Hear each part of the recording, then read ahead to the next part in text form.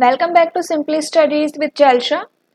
तो देखो, आपका चंडीगढ़ टीजीटी का जो कॉमन पेपर था वो आज था एंड आपका कॉमन पेपर हो गया है। कल से आपके क्या है, आपके सब्जेक्ट के अकॉर्डिंग आपके एग्जाम स्टार्ट हो रखे हैं।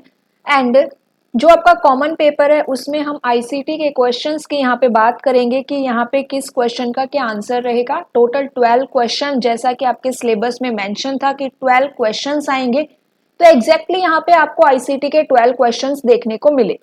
लेकिन यहाँ पे हमारे पास कोई भी टॉपिक वाइज सिलेबस नहीं था, तो इसीलिए आपको लग सकता है कि क्वेश्चंस काफी अलग थे, क्वेश्चंस काफी डिफिकल्ट थे, ऐसा आपको यहाँ पे लगेगा। तो क्वेश्चन के लेवल की अगर हम बात करें तो क्वेश्चन का लेवल आपका मॉडरेट टू डिफिकल्ट आपको लगेगा। मॉडरेट इसीलिए कि अगर कि यहाँ पे टॉपिक सेम था लेकिन उसकी लैंग्वेज को यहाँ पे थोड़ा सा चेंज कर दिया गया, थोड़ा आपको रियल लाइफ के एग्जाम्पल यहाँ पे देखने को मिले, तो आपको अपने कॉन्सेप्ट को उस रियल लाइफ एग्जाम्पल में लगाना था। तो अगर आप उसको लगाने में आप रहे सही, आपको लगा पाए, अपने कॉन्सेप्ट को उस एग्जाम्पल में फिट कर पाए, तो आपका आंसर वहां पे करेक्ट हुआ होगा। और अगर आप नहीं कर पाए तो आपका आंसर वहां पे मे बी गलत हो गया होगा। तो इसीलिए मॉडरेट टू डिफिकल्ट की हम यहाँ पे ये बात करेंगे। टॉपिक की अगर हम बात करें तो आपके जो टॉपिक आए हैं वो एमएस ऑफिस से लिए गए हैं और दूसरा कंप्यूटर नेटवर्किंग से लिए गए हैं। मोस्टली क्वेश्चंस आपको एमएस ऑफिस में भी आपको ज्यादातर क्वेश्चंस एक्सेल से देखने को मिलेंगे एंड सेकंड आपका कंप्यूटर नेटवर्क से लिया गया है। एक क्वेश्चन आपका एमएस एक्सेस से आया है, ठीक है। और अगर हम बात करें कि किस स्टैंडर्ड के क्वेश्चंस आए हैं, तो यहाँ पे जो क्लास 10th है, क्लास 10th में जो आपका आईटी की जो बुक लगी हुई है वहां से ये क्वेश्चंस लिए गए हैं। तो मोस्टली क्वेश्चंस आपको उस बुक में मिल जाएंगे। चलिए अब देखते हैं यहाँ पे जो आपको फर्स्ट क्वेश्चन देखने को मिलेगा एंड कमेंट करके जरूर बताना कि आपके 12 में से कितने क्वेश्चन यहाँ पे करेक्ट हुए हैं, ठीक है। तो देखो, ये जो क्वेश्चन है ना, ये क्वेश्चन मैंने आपको आपके बैच में नहीं करवाया, लेकिन एग्जाम से 2-3 दिन पहले ही इस क्वेश्चन के रिगार्डिंग एक क्लास आपके ग्रुप में शेयर की गई थी। टेलीग्राम ग्रुप में नेटवर्क डिवाइस के नाम से एक क्लास शेयर की गई थी। तो अगर आपने उस क्लास को देखा है तो ये आंसर आपका करेक्ट हुआ होगा। तो यहाँ पे देखो क्वेश्चन क्या है, is a device that connects an organization network with the outside world of the internet, hub, modem, gateway, repeater. ये चारों नेटवर्क डिवाइसेस है, ठीक है।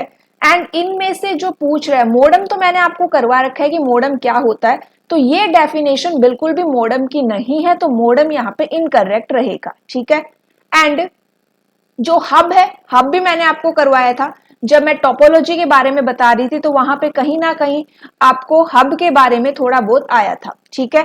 तो ये हब भी इसका आंसर नहीं रहेगा। गेटवे एंड रिपीटर, रिपीटर क्या करता है, सिग्नल की स्ट्रेंथ को इंक्रीज करता है। तो अगर आपने वो क्लास देखी है तो आपका आंसर ये करेक्ट है। एंड यहाँ पे जो करेक्ट आंसर है वो है गेटवे।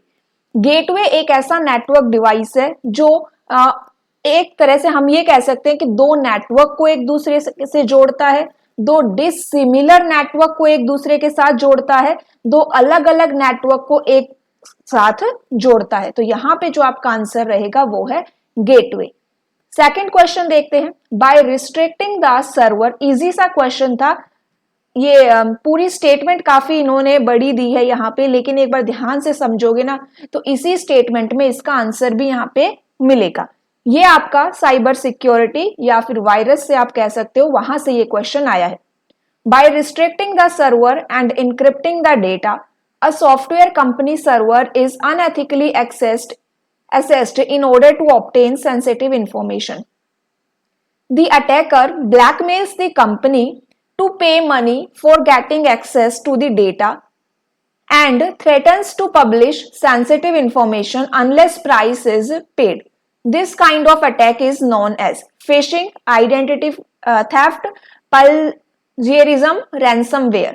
तो देखो यहाँ पे क्या मिल रहा है आपको, यहाँ पे एक लाइन लिखी हुई है कि भाई वो ब्लैकमेल कर रहा है। मतलब आपको मैंने एक एग्जांपल जरूर ऐसा दिया है कि भाई जिसमें मैंने आपको बताया है कि किसी ने किसी के कंप्यूटर का हैक कर लिया एंड उस कंप्यूटर को रिलीज करने के लिए वो उससे क्या मांग रहा है, पैसे मांग रहा है। जब उसको पैसे मिल जाएंगे तो वो क्या कर देगा, उस सिस्टम को रिलीज कर देगा। एंड इस टाइप को क्या कहा जाता है, रैंसमवेयर कहा जाता है, फिरौती मांग रहा है, ठीक है। तो इसका आंसर क्या हो जाएगा, रैंसमवेयर, ऑप्शन डी करेक्ट रहेगा। काफी इजी सा क्वेश्चन था ये, तो इतनी बार रिपीट हुआ है। Collection of hyperlinked documents available on the internet is known as website, web page, web server, web hosting. तो आंसर क्या रहेगा, वेबसाइट, ऑप्शन ए करेक्ट है। वेबसाइट क्या होती है, कलेक्शन ऑफ वेब पेजेस होती है, और वेब पेजेस क्या होते हैं भाई, जिसके अंदर आप हाइपरलिंक्ड डॉक्यूमेंट्स ऐड कर सकते हो, या फिर कलेक्शन ऑफ हाइपरलिंक्ड डॉक्यूमेंट्स भी क्या होते हैं, वेबसाइट ही कहलाती है।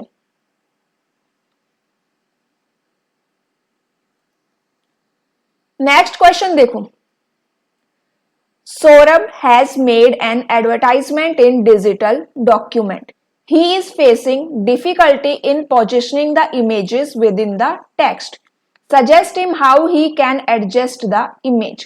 अब ये जो क्वेश्चन है, जब मैंने आपको माइक्रोसॉफ्ट वर्ड करवाया था तो वहां पे मैंने आपको प्रैक्टिकली करके दिखाया था। अगर आपके माइंड में रहा हो एग्जाम टाइम में, तो ये मैंने आपको प्रैक्टिकली करके दिखाया था। ऑप्शंस क्या क्या है, wrap text, word art, alignment और लेआउट। अब यहां देखिए माइक्रोसॉफ्ट वर्ड हम यहाँ पे ओपन करेंगे, ठीक है, ये माइक्रोसॉफ्ट वर्ड हमने ओपन कर लिया है। इसके अंदर क्या चाहिए, हमें एक कुछ टेक्स्ट चाहिए, तो हमने यहाँ पे कुछ टेक्स्ट को एंटर कर लिया। अब इमेज की बात हो रही है तो हमें एक इमेज भी चाहिए, तो एक इमेज यहाँ पे क्या कर लेते हैं, इंसर्ट कर लेते हैं, ठीक है। एक मिनट, क्या करेंगे, अभी हम यहाँ पे एक इमेज को इंसर्ट करेंगे।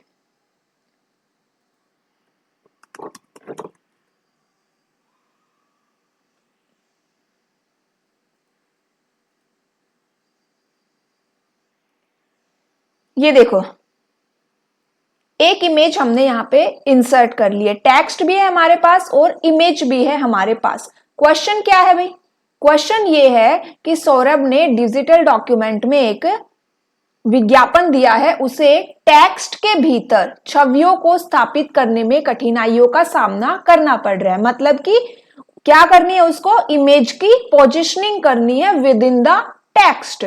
ध्यान से समझो, क्या उसके पास इमेज भी है और टेक्स्ट भी है, उसकी क्या करनी है, उसको पोजीशनिंग करनी है कि उस टेक्स्ट के अंदर ही कहीं ना कहीं उसको पोजीशनिंग करनी है। तब वो क्या करेगा यहाँ पे, तो देखो जैसे ही आप इस पिक्चर पे क्लिक करोगे आपके पास क्या आएंगे, पिक्चर टूल्स ओपन हो जाएंगे, ठीक है। अब पिक्चर टूल्स यहाँ पे हम ओपन करते हैं।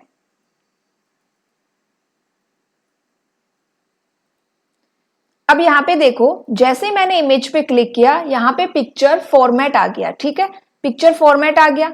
इमेज पे क्लिक करना है, टेक्स्ट हमारे पास है, इमेज हमारे पास है। आपको क्या ऑप्शन यहाँ पे दिखाई दे रहा है, आपको दिखाई दे रहा है यहाँ पे रैप टेक्स्ट। रैप टेक्स्ट पे जैसे क्लिक करोगे, अब यहाँ देखो top and bottom, behind text. अब आप नीचे देखिएगा, आपकी पिक्चर पीछे चली गई है एंड टेक्स्ट ऊपर आ गया है, इन फ्रंट ऑफ टेक्स्ट हो गया है, ठीक है। स्केयर, टाइट, नीचे आपके टेक्स्ट और इमेजेस में चेंजेस आ रहे हैं, ठीक है। तो ये क्या है आपके यहाँ पे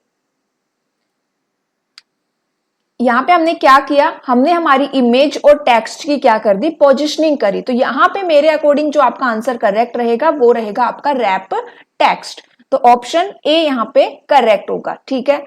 चलिए नेक्स्ट, वर्ड आर्ट यहाँ पे करेक्ट नहीं होगा। एंड यहाँ पे देखो एक लेआउट के बारे में भी एक यहाँ पे मेंशन है कि लेआउट क्या है, तो लेआउट यहाँ पे पूरा एक टैब है। अब लेआउट टैब है तो लेआउट टैब के अंदर भी आपको रैप टेक्स्ट का ऑप्शन दिखाई दे रहा है। तो इसीलिए यहाँ पे देखो लेआउट पे जब आप जाओगे, अब डायरेक्टली लेआउट के ऊपर आपको कोई ऑप्शन नहीं दिखाई दे रहा, लेकिन जैसे ही आपने पिक्चर पे क्लिक किया तो आपको रैप टेक्स्ट का ऑप्शन दिखाई दे रहा है। तो इसीलिए यहाँ पे इसका आंसर क्या होना चाहिए, रैप टेक्स्ट होना चाहिए, ना कि लेआउट होना चाहिए। नेक्स्ट यहाँ पे क्वेश्चन देखो, which of the following enables users to view, enter and change data directly in database object. ये क्वेश्चन मैंने आपकी क्लास में नहीं करवाया है। निम्न में से कौन उपयोगकर्ता को डेटाबेस ऑब्जेक्ट में सीधा डेटा देखने, दर्ज करने और बदलने में सक्षम बनाता है। Report, query, form, database. ये क्वेश्चन रिपीट हुआ था जो एचटेट का एग्जाम हुआ था ना, एचटेट कंप्यूटर साइंस का जो एग्जाम हुआ था, कंप्यूटर साइंस जो सब्जेक्ट है, स्पेसिफिक सब्जेक्ट की मैं बात कर रही हूँ, क्योंकि वैसे एचटेट में कंप्यूटर नहीं आता है, तो उस एग्जाम में ये क्वेश्चन आया था, तो ये सेम क्वेश्चन है, ठीक है। एंड इसका आंसर क्या रहेगा, रिपोर्ट क्वेरी फॉर्म डेटाबेस, तो फॉर्म आंसर इसका करेक्ट रहेगा, ऑप्शन सी आंसर है। नेक्स्ट क्वेश्चन देखिए, Rahul and his partners have created a list of their company employees in one of the spreadsheet in the office. Now the rest of the task they want to complete from home, which option should they use to access the same spreadsheet from home. अब इस answer को आप थोड़ा सा common sense से लगा सकते हो, थोड़ा सा अपना ये देख सकते हो कि भाई कौन सा वर्ड आपको समझ में आ रहा है कि भाई इस क्वेश्चन में जुड़ जाएगा। क्वेश्चन में क्या हो रहा है कि भाई क्या कह रहा है कि एक स्प्रेडशीट फाइल बनाई है जो उन्होंने ऑफिस में बना दी, एंड बाकी का जो काम है वो क्या करना चाह रहे हैं, घर पे करना चाह रहे हैं।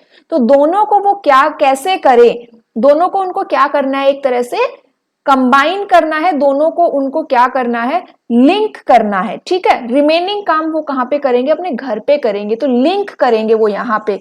तो आंसर क्या करेक्ट रहेगा, ऑप्शन बी करेक्ट रहेगा, link worksheet, option B answer है। नेक्स्ट यहां पे देखिए, at the bottom of each worksheet left tab indicates the of the worksheet in a workbook. Easy ही क्वेश्चन है। अगर माइंड में आपके, जो मैंने आपको वर्कशीट की विंडो करवाई थी वो अगर आपके माइंड में है, तो ये लेफ्ट टैब है, ये राइट साइड है, ठीक है। लेफ्ट साइड में आपको क्या दिखाई देता है, शीट 1, शीट 2, शीट 3, क्या दिखाई दे रहा है आपको भाई, नाम दिखाई दे रहा है। तो साइज, टाइप, नेम और colour, name, option C correct रहेगा। नेक्स्ट क्वेश्चन देखो, a refers to a cell, करवाया हुआ क्वेश्चन है, और a range of cell on a worksheet and can be used to find the values or data that you want formula to calculate. Cell reference, block, sheet reference, autofill. Question में पूछ रहा है कि भाई आप एक फॉर्मूला लगाना चाहते हो, ठीक है, किसी भी डेटा के ऊपर आपको क्या करना है, फॉर्मूला यूज करना है। एंड उसके लिए आपने क्या किया, कोई ना कोई सेल वहां पे ली, या 2-3 सेल को मिला के लिया, इन 2-3 सेल को मिला के आपको एक फॉर्मूला यहाँ पे यूज करना है। अब इसे हम क्या कहते हैं, सेल रेफरेंस कहते हैं, ऑप्शन ए करेक्ट है। नेक्स्ट क्वेश्चन देखो, इजी सा क्वेश्चन है ये भी मैंने प्रैक्टिकली करवाया हुआ है आपको। Rajiv was asked to highlight the cell with green colour where the value entered is either greater than और equal to 120 in the worksheet containing thousands of data entries. देखो ये क्वेश्चन करवाए हुए हैं, जब ये टॉपिक चल रहा था तब मैंने करवाया था। बस यहाँ पे इन्होंने राजीव नाम यूज कर दिया, डायरेक्टली ना पूछ के कि भाई तुम्हें सेल्स को हाईलाइट करना है, कोई कंडीशन देनी है, डायरेक्टली ऐसे ना पूछ के इन्होंने इस स्टेटमेंट को राजीव के साथ कनेक्ट कर दिया। तो यहाँ पे देखिए, which feature of calc should be use to get this work done within second. यहाँ पे क्या करना है, यहाँ पे उसे हाईलाइट करना है। हाईलाइट क्या होती है भाई, हाईलाइट एक मतलब कि आप अलग से उस डेटा को शो कर रहे हो, फिल्टरिंग नहीं कहूंगी। हाईलाइट का मतलब क्या हुआ कि जैसे कि मैं आपको करके दिखाती हूँ, ये मैंने क्या कर दिया, इसको हाईलाइट कर दिया कि भाई मुझे अलग से शो हो रहा है, ये क्या है, हाईलाइट होता है। हाईलाइट कौन सा होना चाहिए डेटा, उसमें इसने कंडीशन दे दी है, क्या कंडीशन दी है, इधर ग्रेटर देन इक्वल और equal to 120 in the worksheet, ठीक है। तो एक कंडीशन लगा दी, उस कंडीशन के बेस पे हाईलाइट होना चाहिए। एंड हाईलाइट किस कैटेगरी में आता है, फॉर्मेटिंग की कैटेगरी में आता है। तो आंसर क्या हो जाएगा, कंडीशनल फॉर्मेटिंग हो जाएगा। नेक्स्ट क्वेश्चन देखिए, networks in which certain computers have special dedicated tasks providing services to other computers in the network are called networks. Hierarchical, dedicated server, peer to peer, client to server. तो question ये पूछ रहे भाई, एक network है, ठीक है, network में 2 पर्सन होते हैं, जैसे कि एक होता है क्लाइंट, एक होता है कि सर्वर। आप अगर क्लाइंट सर्वर से ना लेके इसका आंसर क्लाइंट सर्वर रहेगा। तो आपको ये ध्यान होगा कि मैंने आपको करवाया था, एक होता है ब्राउजर, एक होता है सर्वर, ठीक है। सर्वर क्या करता है, सर्वर सारी सर्विसेज प्रोवाइड करवाता है। सर्वर किसको सर्विस देता है, ब्राउजर को सर्विस देता है। ब्राउजर पे कौन बैठा हुआ है, ब्राउजर पे यूजर बैठा हुआ है, वो यूजर क्या कहलाएगा, क्लाइंट कहलाएगा। तो यहाँ पे स्पेशल सर्विसेज किसने दी, सर्वर ने दी। ये नेटवर्क क्या हो गया, क्लाइंट टू सर्वर नेटवर्क हो गया, ऑप्शन डी आंसर है। ये देखो इजी ही क्वेश्चन है। The file name and file name extension are separated by a $._#, तो डॉट रहेगा, ठीक है, a.jpeg डॉट रहता है। इजी क्वेश्चन है ये भी आपका। Amit and his friends are working on a spreadsheet for entering data and updating records. They wish to keep a track of changes. Which of the following options will help in knowing who made the change and what changes were done in the spreadsheet? View change, record change, store change या track change? क्या करना चाह रहे हो भाई? आपने कोई worksheet बनाई है, ठीक है, एंड उस वर्कशीट में कोई और चेंज करे तो आपको पता चलना चाहिए कि भाई किसने कुछ ऐड कर दिया, किसी ने कुछ डिलीट कर दिया। इसके लिए आप अपनी वर्कशीट में कौन सा ऑप्शन यूज करोगे? ट्रैक चेंजेस का ऑप्शन यूज करोगे। ऑप्शन डी करेक्ट रहेगा। ठीक है, ये आपके क्या थे? 12 क्वेश्चंस थे। कमेंट करके जरूर बताना आपके 12 में से कितने स्कोर रहे। And okay, thank you.